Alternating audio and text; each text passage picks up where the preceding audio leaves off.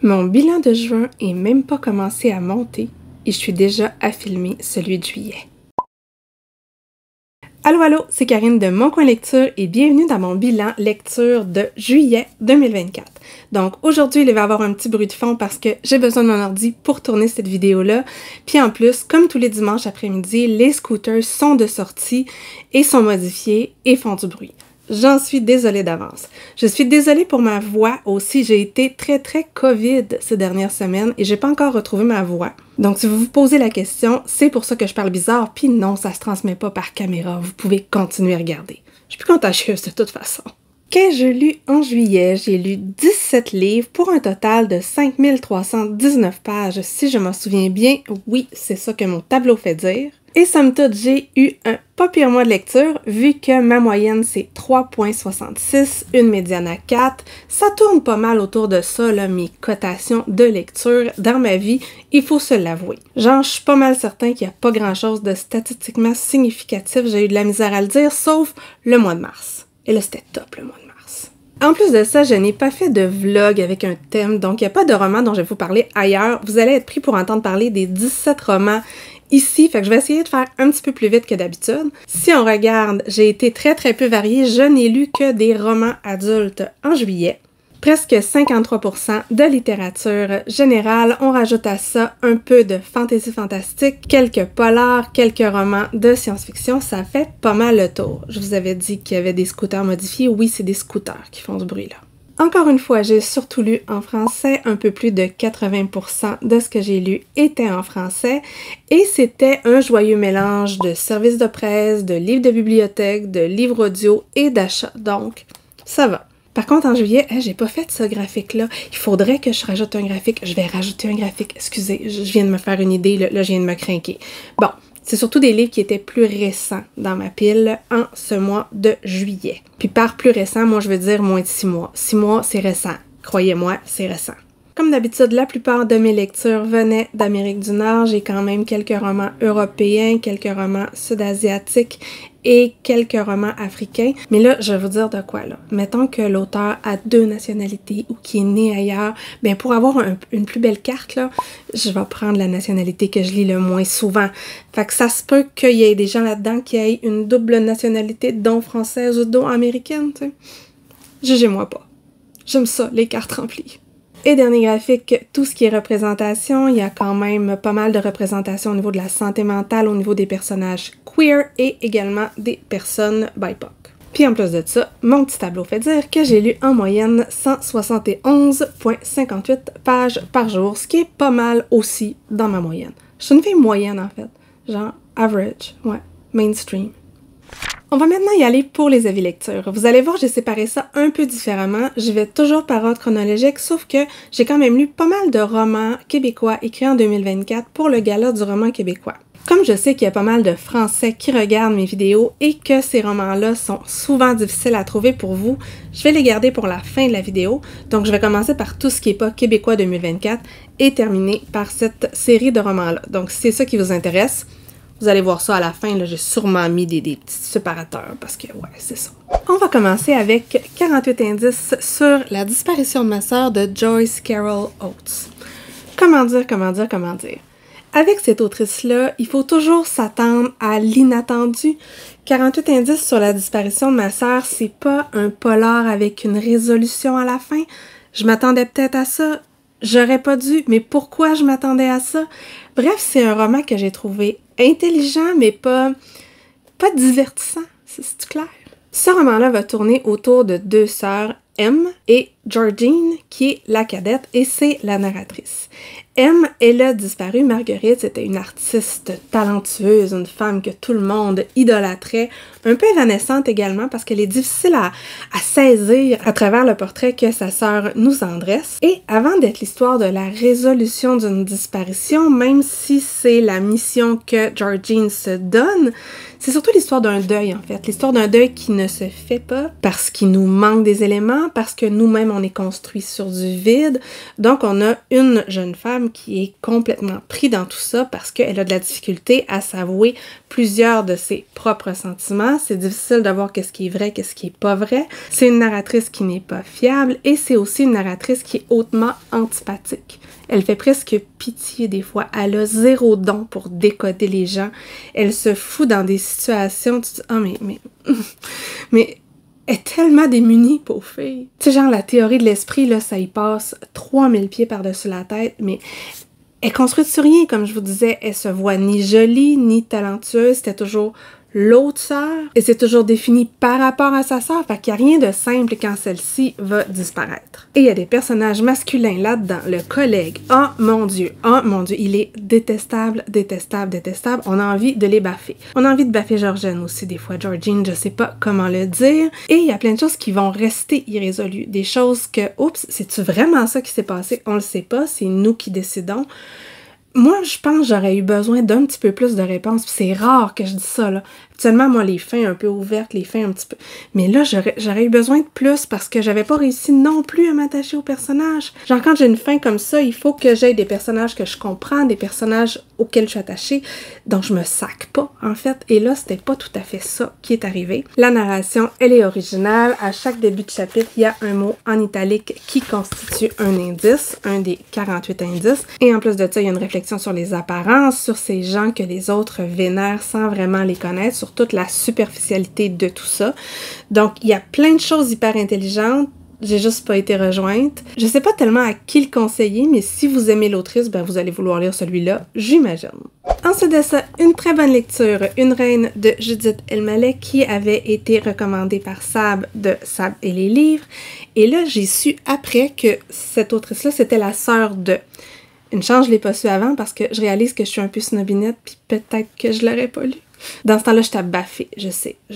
C'est plate parce que j'aurais manqué quelque chose. J'ai beaucoup aimé ça, c'est super court.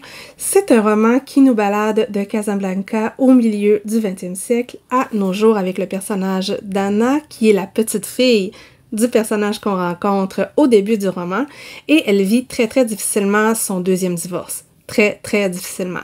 Elle, dans sa tête, sa famille paternelle, c'est sa famille. C'est d'ailleurs ça qui lui est un peu reproché. Et quand ça dérape, elle décide d'aller à Casablanca voir sa grand-mère qu'elle a un peu idolâtrée, mais qu'elle connaît somme toute assez peu.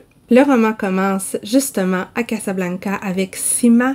Sima, elle a 14 ans et un beau jour, on la met belle. Elle se fait parer de magnifiques atours. On va la choyer, on va la pouponner. Bref, elle passe une journée de rêve jusqu'à ce que le soir, elle s'aperçoive « Oh, je suis mariée avec quelqu'un qui a déjà une autre femme. Et mon rôle, ça va être de lui donner des bébés. » On va dire que c'était pas son rêve. Mais surtout, elle en était pas du tout consciente, elle savait pas ce qui allait lui arriver. Pauvre petite poulette, à 14 ans. Ce roman-là va donc parler des traumatismes intergénérationnels, des secrets de famille, des choses qu'on sait pas, qui ont influencé beaucoup de choses, qui influencent des relations et dont presque personne n'est au courant, ou du moins dont personne ne parle. Le personnage principal, c'est pas Sima, c'est Anna. Et moi, j'aurais aimé que ça soit Sima. C'est le seul truc que je peux reprocher à ce roman-là. J'aurais aimé en savoir plus sur sa vie à elle. Mais je comprends aussi le choix narratif parce que c'est une femme fière, c'est une femme qui ne se raconte pas si facilement, avec un grand épanchement, avec beaucoup de détails. Ça aurait pas tant fité dans sa personnalité. Mais j'aurais aimé ça en savoir davantage. J'aurais aimé ça. Parce que là, on a surtout la vision d'Anna. C'est la vision de sa reconstruction à elle qui passe par la compréhension de ses racines, par la compréhension aussi du mur derrière lequel elle se cache, en le voyant chez quelqu'un d'autre. Et toute cette partie-là, elle est hyper intéressante. Au niveau de la plume, c'est somme toute simple, mais c'est agréable. Il y a énormément de peine, énormément de colère qui est cachée derrière tout ça, mais c'est jamais upfront. Ben, des fois oui, mais pas tant. Et moi, ce que j'ai surtout apprécié, c'est le côté sensuel de Casablanca versus Paris. Les odeurs, les sons, les textures, tout ça, j'ai trouvé ça très, très bien décrit. Je vais aller à Casablanca un jour maintenant. Je vais aller à bien des places un jour. Et ça a été une très très bonne lecture et ça se lit hyper vite en plus. Ensuite, un très court roman de Mohamed Mbougar Sarr qui s'appelle De purs hommes. Il a été écrit avant le roman qui a gagné le prix Goncourt et que j'avais adoré qui s'appelle La plus secrète mémoire des hommes. Et c'est vraiment à cause de l'auteur que j'ai choisi de lire ce roman-là. J'avais envie de retrouver sa plume, qui est une plume riche, travaillée. Certains diront pédante, et ouais, même le narrateur le trouve des fois. Tu sais, c'est plein de références littéraires, plein de références philosophiques. Il faut aimer ça, sinon vous allez passer à côté. Et ce serait dommage, parce que c'est une histoire, moi, qui m'a fait beaucoup réfléchir. C'est l'histoire d'un professeur d'université qui est un peu désabusé. Pas mal désabusé. On est au Sénégal et ce professeur-là, un jour, il va voir une vidéo qui est devenue virale, qui va vraiment le secouer. C'est-à-dire un groupe de personnes qui sont en train de déterrer un cadavre pour le sortir du cimetière. Et pourquoi? Ben, c'est parce que l'homme était un homosexuel. Au départ, il réagit pas tant que ça. Il dit, ben, dans le fond, c'est juste un homosexuel, c'est pas si grave que ça, parce que dans cette culture-là, c'est extrêmement mal vu. L'homophobie, elle est valorisée. Dans l'entourage du narrateur, c'est prêché. En fait, on a l'imam qui dit « Oui, c'est très normal d'agir de cette façon-là, on leur donne pas d'excuses, ce n'était qu'un gay et c'est mal. » Bref, ça s'arrête là. Et ça, pour l'occidental que je suis, ça semble limite dystopique. Jusqu'à quel point ça l'est, je le sais pas. Je suis qui, moi, pour jeter un regard sur ce qui se passe dans d'autres pays, sur des pays dont je connais pas la culture. Et ça, je trouve également que ce roman-là pose cette question-là. Parce que la vision de l'islam qui est présentée là-dedans, c'est pas du tout celle que mes amis musulmans me présentent. Ils me parlent d'une religion d'amour, et là, c'est pas ça, là. C'est clairement pas ça. On a ici des autorités qui associent l'homosexualité comme le mal venu de l'Occident. L'Occident, c'est mal, donc l'homosexualité, c'est mal. Et tout ça, en fait, le personnage principal, il le savait. Mais maintenant, il va le comprendre avec ce roman-là, parce que suite à une discussion avec sa maîtresse, où il va dire un truc, elle va dire « Ben voyons donc, ça n'a pas de bon sens de réagir comme ça, c'est une personne humaine », il va devenir complètement obsédé par cette histoire-là. Il va s'en mêler un petit peu, puis à un moment donné, il y a des gens qui aimeront pas ça. Puis la vérité, est-tu si importante que ça quand tout le monde le dit? Bref, c'est très très court et c'est toutes ces questions-là qu'on va se poser. C'est un roman qui frappe, c'est un roman que j'ai beaucoup aimé et si le thème vous intéresse, allez-y. Maintenant, un autre très court roman que j'ai adoré. Je m'attendais pas à adorer ça autant, mais j'ai tellement aimé ça. Je l'ai eu en une soirée, puis une soirée de travail. Si vous me connaissez un peu, là, vous comprenez ce que ça veut dire. Fallait vraiment que je sois passionnée. C'est un récit post-apo qui se lit un peu comme un récit de retour à la Terre. C'est de Manon Stéphane Ross. On est donc au Pays de Galles, quelques années après quelque chose qui s'appelle Ytterfin.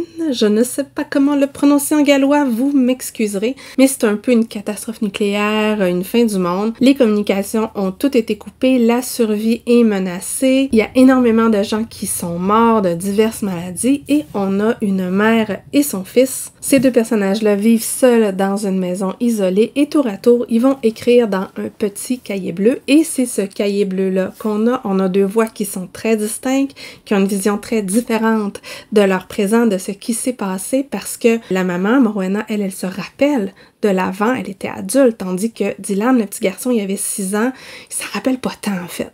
Nous, on va être promenés entre leur quotidien et leurs souvenirs, puis on va comprendre petit à petit comment ils se débrouillent au quotidien, apprendre c'est quoi leur nouvelle vie. Puis le temps va passer, puis Dylan va grandir. Ceux qui ont lu le livre pourront me dire qu'il n'y a rien de révolutionnaire, là. Vous avez raison, mais j'ai été touchée, j'ai pleuré à gros sanglots. Avant, j'étais full braillarde dans les livres, je le suis vraiment beaucoup moins maintenant. Ces personnages-là, je sais pas pourquoi ils m'ont touché tant que ça, mais ils sont vraiment venus me chercher, et tous les deux. La beauté de cette équipe-là, de ces deux êtres très différents-là, qui ont des souvenirs très différents, des vécus très différents. On voit un peu leurs petites incompréhensions, on voit une maman qui essaie de protéger son garçon, mais d'un autre côté, ce petit bonhomme-là, lui, très vite, il tombe dans la survie. Il est hyper débrouillard, il a rien connu d'autre. Lui, sa vie, elle lui suffit, il est très, très heureux comme ça, même si c'est pas toujours simple, même si on a peur, même si. Il y a rien de gore là-dedans. Il y a des trucs qui sont mentionnés, mais on n'est pas vraiment là dans la grosse horreur. On est surtout dans la réaction des gens et dans leur quotidien. On est dans une petite bulle du quotidien. Dans ce roman-là, il faut pas s'attendre à des réponses. On le saura pas plus que ce qui est arrivé. Et oui, il y a une dichotomie, là, ce monde-là qui est nature, qui est simple, versus la superficialité du monde d'avant, surtout vu par Dylan qui l'a pas connu. Oui, on pourrait dire ça, mais moi, ça m'a pas dérangé parce que j'étais dans l'histoire. Entre autres, j'ai été très touchée par Rowena. J'ai dit Morwenna tantôt, elle s'appelle Rowena, qui est la maman qui ouvre ses yeux à la beauté, à la possibilité de quelque chose d'autre, malgré la dureté de la vie, malgré qu'elle a fait dû faire énormément de deuil, qu'elle a eu beaucoup de pertes. Ça parle de tout ça. Ça parle de fragilité, ça parle de mémoire, c'est tout en retenue, c'est court, j'ai adoré ça. Je sais pas pourquoi, mais j'ai vraiment aimé ça.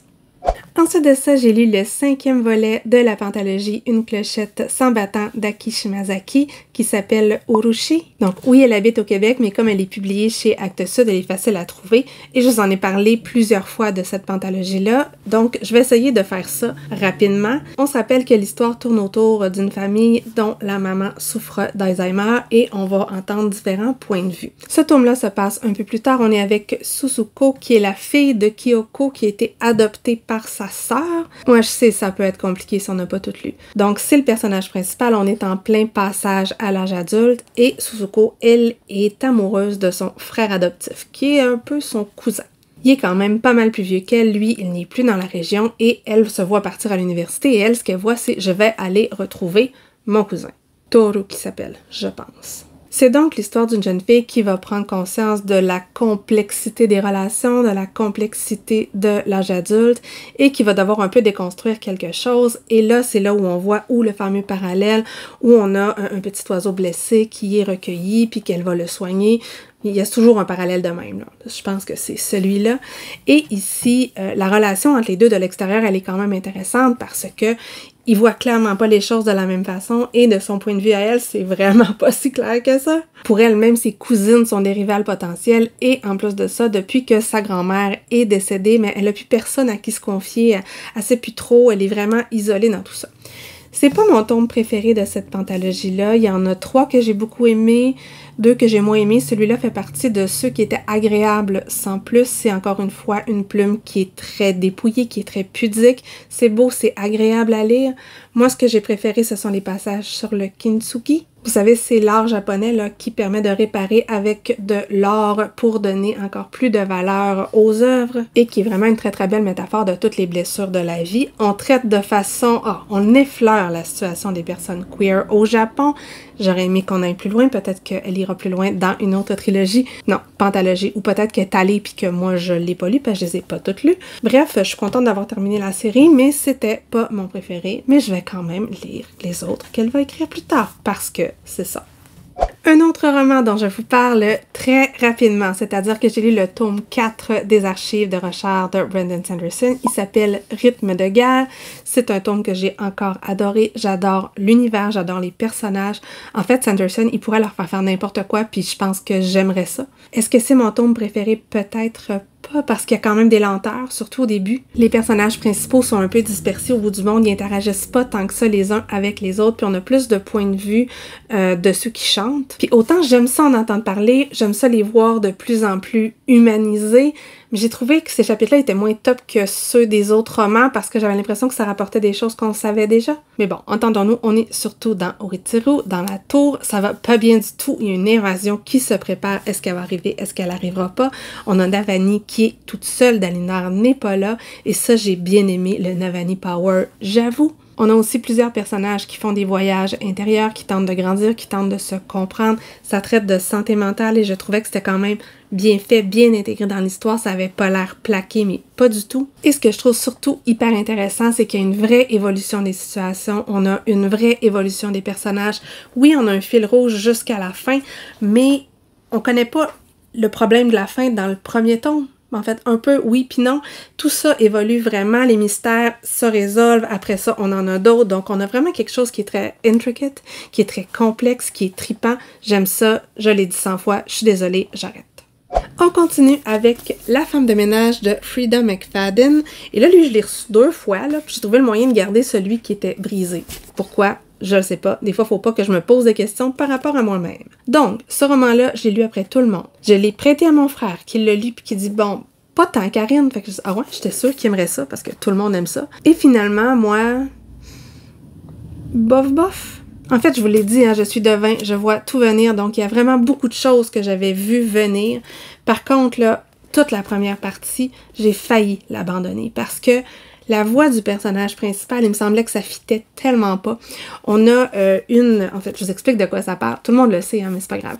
On a un personnage qui sort de prison. Elle a passé 10 ans en prison et elle a rien. Elle vit dans la Casa Nissan, c'est-à-dire qu'elle vit dans son char. Et là, elle se fait engager dans une job quand même qui est une job de rêve dans une famille très très riche, dans une maison très luxueuse. Elle va habiter là. Et dans cette maison-là, il y a Nina, son employeuse, et son mari Andrew, qui est beau, qui est parfait. parfait. Et Nina, dès que Millie, elle s'appelle Millie, rentre dans la maison, elle devient une véritable harpie. Mais notre personnage principal, elle a pas le choix, fait qu'elle reste là, puis elle a fait dormir dans une pièce qui se barre de l'extérieur. Tu te dis, oh mon Dieu, red flag. Mais bon, on va dire qu'elle a pas tant le choix que ça. Le problème, c'est qu'elle prend toutes les mauvaises décisions du monde. Elle ne voit absolument pas les red flags. Et c'est pas ce qu'on pense, mais quand on est lecteur puis qu'on voit les choses, on se dit, ah, mon Dieu, mais pourquoi tu fais ça? Plus ça va, tu te dis, mais pourquoi?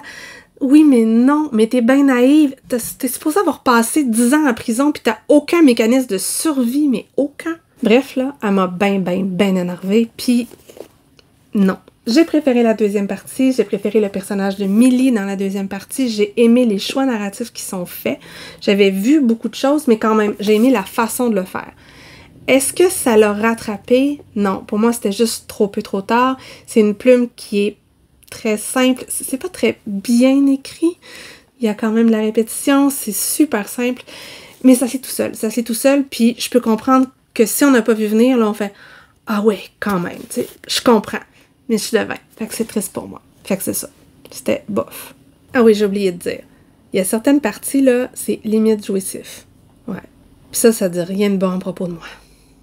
Ensuite de ça, j'ai pris du léger. J'ai pris Dial A for Auntie. C'est de Jessie Q. Sutanto. Ça a été traduit en français. Le titre, c'est un titre à rallonge. Il y a de la parenthèse, il y a un grand sous-titre. C'est un drôle de choix de marketing. Là. Vraiment, c'est...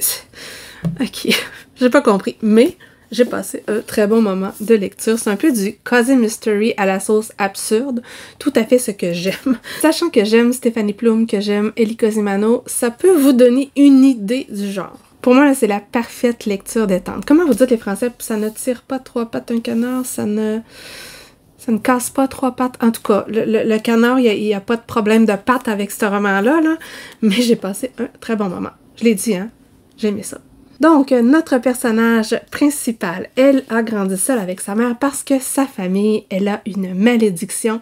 Tous les hommes s'en vont ou meurent. Elle est la descendante d'une famille qui vient d'Indonésie et de Chine, et sa famille, c'est un beau mélange de cultures. Et moi, j'ai senti l'hommage à sa famille, l'hommage à sa culture, même si elle en rit, là, parce qu'il y a des choses qui sont un peu drôles. Genre le nom des personnages, elle s'appelle Madeline, mais c'est comme, ils ont dû vouloir l'appeler Madeleine, mais ils savaient pas trop. Puis on a un personnage qui s'appelle Tom Cruise Satopo là-dedans, ouais, c'est ça. Parce qu'il paraît que c'est courant dans cette culture-là. J'en fais pas partie, je le sais pas, mais c'est ce qu'elle nous dit. La situation fait qu'elle habite avec sa mère, elle travaille dans l'entreprise familiale, elle est photographe pour les mariages et c'est une entreprise de mariage, et sa mère est très proche de ses 3 sœurs qui ont des opinions. Ils ont vraiment des opinions et ils se mêlent un petit peu, pas de leurs affaires, mais ils sont là les unes pour les autres. J'ai beaucoup aimé les matantes, ils m'ont fait beaucoup rire. Et la situation pas d'allure dans laquelle elle se trouve, c'est que sa mère lui organise une blind date en se faisant passer pour elle, n'importe quoi,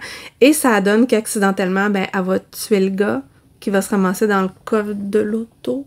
Je vous dis, il ne faut pas chercher des bonnes décisions là-dedans, il n'y en a pas tant. Et le lendemain, c'est le mariage du siècle, donc idéalement, on va s'en occuper après. Est-ce qu'il faut s'attendre à du réalisme? Absolument pas. Notre protagoniste va retrouver un ancien soupirant. Que va-t-il se passer? Elle est pognée avec 2 futurs mariés complètement out there. Le mec surtout, il y a toutes sortes de complots. Je vous dis du grand n'importe quoi, de grands fous rires. J'ai beaucoup aimé. Allons-y maintenant avec un autre truc assez improbable et assez ridicule qui s'appelle How to Become the Dark Lord and Die Trying. Et c'est de un mec Django Wexler. Pourquoi je dis c'est un mec? Parce que c'est une femme qui est écrite par un homme, là, c'est clair, évident, c'est le truc qui aurait pu me gosser. Puis en fait, il a fallu que je fasse semblant que ça avait été écrit par une femme. Ouais, sans dire long sur moi. C'est un roman avec un genre de time loop, mais on se croirait dans un jeu vidéo, en fait. Parce que le personnage, c'est comme à toutes les fois qu'elle meurt, elle se réveille à la même place. Et depuis 1000 ans, elle essaye de faire la même quête. Elle se fait toujours tuer par le Dark Lord du moment. Peu importe la décision qu'elle prend, si elle décide d'aider les humains. Bref, elle crève dans d'atroces circonstances. Elle en a son voyage, donc un matin, elle se réveille et elle dit « Oh non, toi, je t'écoute pas, je vais devenir le Dark Lord, vu que c'est le Dark Lord qui gagne, et je vais me trouver des mignons. » Vous avez donc ici la trame de départ. On a donc un personnage qui a tout vu, mais vraiment tout vu, qui est morte de toutes les façons possibles et qui s'en fiche de mourir parce que c'est qu'elle va renaître toujours au même endroit. Encore une fois ici, nulle question de crédibilité. Il y a toutes sortes de personnages de plusieurs espèces différentes, décrites de plusieurs façons différentes. On a à peu près tout le répertoire de la fantasy. On a des orques, des personnages de pierre, des drôles d'hybrides entre des humains et des animaux qui prennent de la queue dans certaines situations. Oui, je sais. Pourquoi j'en parle, c'est parce que si vous décidez de lire ça, il faut savoir, c'est gore, c'est vulgaire, très vulgaire, et le personnage principal, tout ce qu'elle pense, c'est s'envoyer en l'air avec tout ce qui bouge, mais vraiment, tout ce qui bouge, là, c'est tout. Puis quand elle a pas quelqu'un à se mettre sous la main ou quelque chose, ben, elle se donne une entorse au poignet. Ouais, c'est ça je disais quand c'est une femme qui est écrite par un mec. Ouais. Entendons-nous, j'aurais pas pu lire ça en français. La vulgarité, pour moi, en anglais, on dirait que ça passe. En français, ça passe pas. Si c'est traduit, je l'aurais jamais lu de ma vie. Et c'est des situations qui ont pas d'allure. Et c'est de l'avoir évolué dans tout ça, à décide, hey, là, je deviens le Time Lord. Oh, est-ce que je m'ennuierais de Doctor Who? Je deviens le Dark Lord. Et de toute façon, on s'en sac parce que ça a zéro conséquence ce que je fais. Et elle évolue, puis on se rend compte que, oups, elle est peut-être pas taillée pour être un Dark Lord tant que ça. Mais c'est pas une grande évolution de personnage, c'est surtout drôle, c'est bourré de références, puis on se dit, mais comment ça se fait qu'elle se rappelle encore de ça? Ça fait 1000 ans qu'elle est là, puis elle se rappelle pas tant de sa vie d'avant, mais elle se rappelle de tous les trucs de séries télé. En tout cas, mais c'est pas grave, parce que j'ai ri, j'ai vraiment beaucoup ri, et ça aussi, je sais pas ce que ça dit de moi. Le seul problème dans tout ça, c'est que ça finit sur une espèce de cliffhanger, et que je vais être obligée de lire le tome 2. Je pense que j'aurais eu assez d'un tome, mais je vais être obligée de le lire parce que je vais voir comment ça finit. Puis bon, ben, je suis pas toujours de la classe, tu sais. On continue dans un tout autre genre avec L'inconnu du portrait de Camille de Peretti. Ce roman-là, on me l'avait recommandé suite à ma vidéo La peinture dans les arts. Je vais vous la mettre ici. Moi, il me semble que c'est ici. Je vous avais donné plusieurs idées de lecture qui vont dans ce thème-là et celui-ci était revenu en me disant « Tu devrais lire ça ». Je suis fan de ce procédé, ok? Ici, ça ne va pas révolutionner le genre, mais j'ai passé un très bon moment de lecture. Ça parle d'un portrait de Klimt qui a une histoire, ma foi, très rocambolesque dans la vie. D'abord, c'est un truc qui a été perdu, ensuite qui a été volé. Il y a eu un faux, ensuite on a volé le faux, puis ensuite de ça, le vrai est revenu, mais on s'était pas rendu compte que c'était un faux. Puis tout d'un coup, il est réapparu 20 ans plus tard à côté du musée. Ce que Camille de Peretti a décidé de faire, c'est de donner vie à la femme du portrait ainsi qu'à ses descendants et ben nous expliquer qu'est-ce qui s'est passé en fait. Il n'y a rien de vrai là-dedans, là, mais c'était très divertissant. C'est un roman qui va nous faire nous promener de Vienne en passant par New York, en allant au Texas, en revenant à Vienne, puis à New York. Dans le fond, ça va parler d'art, bien entendu, ça va parler du destin d'une œuvre. Et on va rencontrer la fameuse inconnue du portrait. On va rencontrer également Isidore, qui était cireur de chaussures et qui va vivre la Grande Dépression. Vous allez voir comment lui, il va s'en sortir. Et on a une jeune femme de nos jours, dont j'ai oublié le nom, qui a été élevée par une mère prostituée. Elle n'en a pas du tout honte. Elle, maintenant, elle est avocate. Et elle va se retrouver mêlée à cette histoire-là. Je vous laisse découvrir comment. Ça parle également de la filiation. Est-ce que les liens du sang sont si forts que ça? C'est très romanesque, ça m'a plu. Je recommande si le thème vous intéresse. Par contre, il ne faut pas s'attendre à voir Klimt tant que ça, ok? C'est pas tant lui, c'est le portrait. Maintenant, deuxième partie de la vidéo, les romans québécois sortis en 2024 pour le roman du Gala québécois. Oh mon Dieu, COVID brain. Je vais commencer avec celui qui m'a le moins plu et je pense que c'est surtout parce que je n'étais pas le public. C'est Noir de Thon, c'est de Sébastien Gagnon et Michel Lemieux. C'est un duo d'auteurs qui a déjà gagné le prix au Salon du livre du Saguenay l'année dernière. Je voulais vraiment découvrir ce qu'ils faisaient, donc j'ai pris ce roman-là et c'est l'histoire de deux couvreurs, en fait ils font des toits, et c'est deux mecs dans la cinquantaine, un peu à côté de la société, des solitaires qui vivent dans le bois, de chasse, de pêche et de bière, et qui vont se ramasser sur le toit, à voir tous les voisins d'un quartier très très bourgeois se faire aller. Donc, on a un propos au sujet de la lutte des classes. On parle également de ces personnes qui ne s'adaptent pas du tout à la vie moderne. Sauf que c'est gros quand même. Moi, j'ai trouvé que ça manquait de nuances dans tous les sens du terme pour ce roman-là. Par contre, j'ai vu beaucoup d'avis de gens qui avaient adoré, qui aiment ce genre de roman un peu noir, un peu trash dans la campagne et tout ça. Moi, c'est pas mon style. En fait, dès le début, j'ai failli l'arrêter parce que j'avais l'impression de lire les problèmes de deux vieux réacs qui pensent juste à eux autres et qui se sacent pas mal du reste de la société parce que de toute façon, c'est eux autres qui ont raison. C'était extrêmement vulgaire. Moi, les jokes de gars, ça me fait pas rire. On était là-dedans. Donc, c'était pas pour moi du tout. Ça reste vulgaire dans la narration comme dans les dialogues. C'est comme je vous disais tout à l'heure, en anglais ça passe, en français ça passe pas. Là, ça l'a pas passé. Quand même, on va admettre qu'il y a de l'humour noir certes, et qu'il y a un côté assez jouissif à la finale de voir René qui se crise de tout, mais de tout. Ah, il y a rien qui le dérange, là. En tout cas. Bref, les bourgeois, ils les manquent pas, puis d'un côté, tu te dis « Oh mon Dieu ». Puis certaines descriptions de personnages sont assez drôles, mais il n'y a pas un personnage pour rattraper l'autre. Il y en a peut-être un personnage qui est pas trop pire là, dans tout ça, mais à part ça, là, c'est... Je vous disais, ça fait pas dans la nuance. Pas du tout. Oui, à la fin, la relation entre les deux beaux-frères, on se rend compte qu'ils s'aiment bien, dans le fond. Ça peut être touchant, ils sont poqués par la vie. Je veux bien, mais ils m'intéressaient juste pas. Je sais que ça existe, ça doit faire de moi une mauvaise personne, mais je m'en sacrais éperdument de ce qui allait arriver, là. Je me disais, il s'est foutu dans cette merde-là tout seul. Du moins, l'un des deux. Fait que c'est ça. Pour moi, c'était très, très so-so, mais ça l'a beaucoup plu. Donc, si vous aimez ce genre-là, allez-y. On va continuer avec Luxé de Laurence Provencher. C'est sorti chez Québec Amérique. J'ai réussi, c'est tous ces SCC. Bravo à moi. Et on a l'histoire d'une jeune fille, elle a 13-14 ans, elle s'appelle Cléopâtre.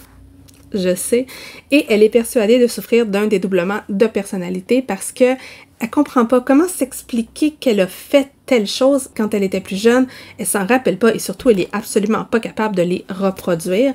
Elle est dans son collège privé pour l'élite, elle trouve pas ça évident, elle se trouve pas là-dedans et en plus de ça, ben elle doit être capable de répondre aux attentes de sa mère qui est un petit peu exigeante. Qu'est-ce que je raconte un petit peu exigeante? Extrêmement exigeante. Et ça va traiter surtout de la relation entre cette mère et sa fille qui est en train de devenir une jeune fille, qui essaie de se construire, mais elle a plein de trous dans sa vie, elle comprend pas ce qui s'est passé, elle a l'impression de pas être cette jeune fille-là qui a fait le dessin avec un D majuscule, qui a réussi tant de belles choses, donc elle se reconnaît pas là-dedans, et bâtir son identité, ça devient complexe. De l'autre côté, on a la voix de sa mère qui ne parle plus à ses parents, qu'est-ce qui s'est passé? Et c'est cette relation-là qu'on va explorer tout au long du roman. Ça parle de santé mentale, ça parle de relations mère-fille, de traumatisme aussi d'une génération à l'autre. Et quand la grand-mère, la mère de la mère, va mourir, ben là, elle va devoir elle va devoir faire face à sa famille et qu'est-ce qui s'est passé. Fait qu'on a tout ça, cette histoire-là. Moi, j'ai beaucoup aimé. J'ai aimé l'exploration au niveau santé mentale. J'ai beaucoup aimé la fin. J'avais peur que ça aille dans une certaine direction, mais c'est pas allé là. Et ça m'a plu. On a une plume qui est simple, qui est adaptée à l'histoire, qui est adaptée au protagoniste. J'aimerais ça que davantage de personnes le lisent dans le cadre du gala pour confronter des avis et savoir ce que les autres en ont pensé. On va continuer avec un autre roman que j'ai beaucoup aimé, ça s'appelle Machina, c'est de Lola Carballo ou Carballo, je sais pas comment le prononcer, mais bref, c'est un roman qui parle du jeu et qui parle également de l'obsession. La grand-mère de l'autrice était une joueuse compulsive, je crois, qui s'est foutue dans toutes sortes de situations. Et on a le personnage principal qui se retrouve à travailler dans un casino, dans le casino de Montréal probablement, en fait, j'imagine. Et on va l'avoir évolué dans ce monde-là, dans ce monde de superficialité, ce monde qui est fait pour que les gens continuent à jouer. Genre, on va exploiter la dépendance, mais comme du monde. Et on a toute une première partie qui tourne autour de ça, qui tourne autour de l'atmosphère du casino, de ce petit vase clos et comment ça se passe et les relations de travail et tout ça. Là où ça devient intéressant, c'est que notre personnage principal qui juge un petit peu va devenir à son tour obsédé par une joueuse, qui est une dame qui est d'un certain âge, je pense fin cinquantaine, début soixantaine, qui joue toujours à la même machine et qui est un peu privilégiée au casino. Elle fait un peu ce qu'elle veut et elle va vraiment essayer d'entrer en contact avec elle parce qu'elle la fascine.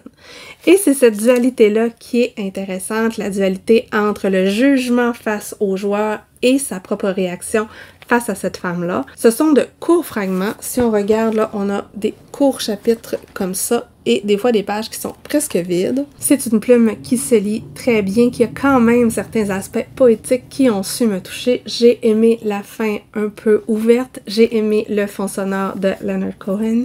Bref, j'ai bien aimé ça. C'est une bonne lecture et c'est une autrice que je vais relire. Le prochain roman, je vais vraiment avoir de la difficulté à vous en parler parce que c'est On m'a jeté l'œil, c'est de Anya Nousri et il a fallu que je le relise tantôt pour être capable de vous en parler parce que j'en avais plus aucun souvenir. Puis je le relis, puis je sais pas encore quoi vous dire. J'ai aimé le lire. J'ai passé un bon moment dans ma lecture parce que c'était différent, surtout au niveau du travail des langues, au niveau de l'exploration des cultures, de comment on vit quand on est éloigné de sa culture. Mais j'ai l'impression qu'il n'y avait pas de fil rouge. Il y avait beaucoup de scènes de sexe. Je comprenais pas toujours le lien et l'importance avec l'histoire, même si j'imagine qu'en Algérie, c'est peut-être plus un tabou parce que l'autrice, elle, habite au Québec, mais elle est d'origine algérienne. Donc, le mélange des langues, il est nombreux et il y a plusieurs... Le mélange des langues, il est nombreux. Oh, ça aussi, c'est un mélange nombreux. Bref, il y a plusieurs langues là-dedans et il y a des bouts où je ne comprenais pas parce que c'était en kabyle, parce que c'était un mix. Ça va. Là où moi, j'ai plus de misère en tant que lectrice, c'est quand on a un genre de franglais. Je suis vieille, qu'est-ce que vous voulez? Je suis vieille, j'ai de la misère avec ça. Je m'habitue pas. Faudrait que j'embrasse l'évolution de ma langue avec son temps, mais bon, j'ai un petit peu de misère quand même. On a donc une jeune femme qui ne veut pas oublier ses racines, qui vit ici, mais qui ne veut pas être assimilée à ici. Et sa façon de faire, c'est d'aller dans les traditions, d'aller dans les rites de la culture algérienne, qui est la culture de sa famille. Donc, on a un peu leurs croyances, tous les rituels qui sont transmis. Et on a en plus ce décalage intergénérationnel et ce décalage de lieux qui fait que des fois, c'est difficile de se retrouver d'un côté comme de l'autre parce qu'on a évolué différemment. On a donc une réflexion sur les diverses parties de notre culture qui s'entrechoquent, qui ne fitent pas toujours, comment on réussit à évoluer, comment on se construit là-dessus, quand notre base, veut pas, elle est pas stable, puis c'est pas toujours évident de tout respecter et de définir ce que nous, on veut, sans perdre notre héritage. Bref, c'est hyper agréable à lire, ce sont de courts fragments également, comme vous pouvez voir, mais est-ce qu'il m'en reste tant de choses que ça? Je sais pas, c'est peut-être parce que c'est un sujet sur lequel je lis quand même beaucoup, mais je m'en rappelais plus, là. Je m'en rappelais plus 3 semaines après, puis j'avais pas écrit mon billet, fait que j'avais ben de la misère à vous en parler. Donc voilà, donc je vais écrire le billet parce que sinon, je serais pas plus capable de vous en parler dans le 10 billets dans une semaine. Il reste donc 2 œuvres dont je vais vous parler. Ça n'entre pas dans le gala du roman québécois parce que le premier, c'est une suite et le deuxième, ça c'est mon ordi de travail qui sonne un dimanche, c'est pas bon signe. Et le deuxième, c'est un récit. Je vais commencer par celui-là, ça s'appelle Anne Hébert, Si tu veillais sur ma tristesse, c'est de Anne Pérouse et c'est extrêmement difficile d'en parler parce que l'autrice nous parle de la mort de sa mère, de la perte de sa mère, de l'image qu'elle a d'avoir trouvé sa mère par terre alors qu'elle ne s'y attendait pas tant, même si sa maman elle était âgée.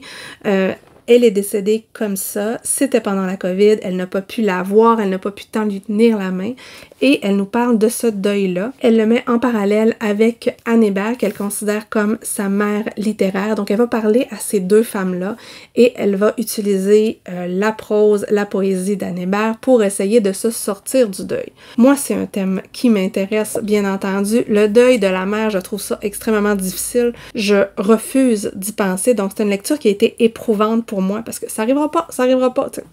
Je sais, mais non, ça arrivera pas. Donc ça, c'était pas facile à lire. Je l'ai lu tout de suite après maman. Maman, elle a vécu quelque chose d'un petit peu semblable, même si elle s'y attendait davantage.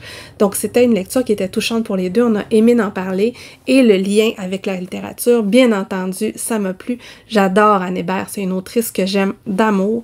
Donc lire ça, oui, j'ai aimé ça et oui, je recommande.